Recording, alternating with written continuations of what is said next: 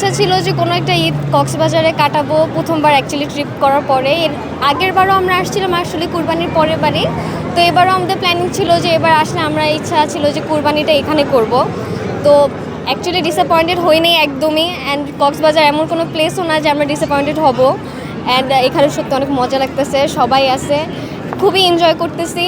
And আমাদের first দিনও খুব ভালো গেছে, সেকেন্ড দিনও আলহামদুলিল্লাহ খুব ভালো কাটতেছে। আমরা এর আগের বারও কখনো কোনো ধরনের প্রবলেম ফেস করি নাই, এখনও করতেছি না এই পর্যন্ত। একদম সব কিছুই স্বাচ্ছন্দ্য মতো হচ্ছে এবং কোনো জায়গায় কোনো সমস্যা হয়নি।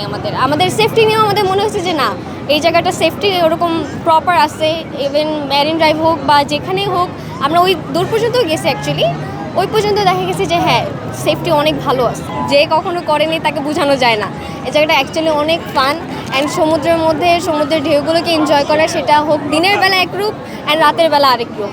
এই জায়গায় দুই রকম চিত্র। অ্যান্ড আমরা সত্যি খুব এনজয় করি। আলহামদুলিল্লাহ ভালো লাগছে ফ্যামিলি নিয়ে এসে, কারণ এটা বিয়ের পর প্রথম আসা কক্সবাজারে।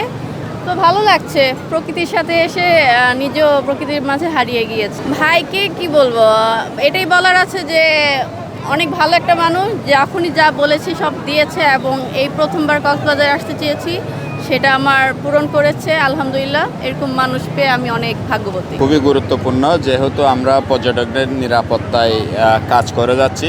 তো যেহেতু ঈদের ছুটিতে প্রচুর পর্যটকের সমাগম হয়েছে এবং স্প্রিং টাইডের কারণে সমুদ্র একটু উত্তাল রয়েছে, ঢেউগুলো একটু বড়। লাইফগার্ডের পক্ষ থেকে আমরা 3 স্তরে আমাদের নিরাপত্তাটা দিয়ে যাচ্ছি, যেটি হচ্ছে লাইফগার্ড ওয়াচ টাওয়ার থেকে আমরা সার্বক্ষণিক নজরে রাখতেছি, পেট্রোল টিম আছে এবং যে সমস্ত এলাকায় একটু ওয়াটার কন্ডিশন খারাপ আছে সেদিকে আমরা রেস্কিউ বোট নিয়ে লাইফগার্ড রেখেছি। এভাবে আমরা 3টা পয়েন্টে সার্ভিস দিয়ে যাচ্ছি।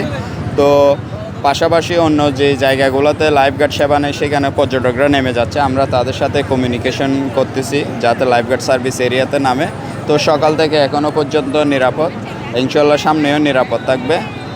আর পাশাপাশি আমরা আরেকটি বাড়তি একটা মেসেজ দিচ্ছি পর্যটকদেরকে, যেহেতু সমুদ্র সৈকতে এখন প্রচুর পরিমাণের গরম পড়তেছে, সবাইকে বেশি বেশি যাতে পানি পান করে এবং সানস্ক্রিন ব্যবহার করে, সানগ্লাস ব্যবহার করে, ক্যাপ ব্যবহার করে এবং ছায়াযুক্ত এলাকায় থাকে। সেক্ষেত্রে ডিহাইড্রেশনের যে সমস্যাটা আছে সেটা থেকে অনেকটাই মুক্তি পাবে। তো আমরা এইভাবে আমাদের কার্যক্রমটা চালিয়ে যাচ্ছি 3টা পয়েন্টে। আমি আমার ফ্যামিলির সাথে এসেছি, খুবই আনন্দ লাগছে। ঈদের আনন্দটা খুব ভালোভাবে এনজয় করতে পারছি এখানে এসে আর কি। এই যে সমুদ্রে, এটাই তো সব থেকে আকর্ষণের পয়েন্ট হচ্ছে এই সমুদ্র সৈকত আর কি।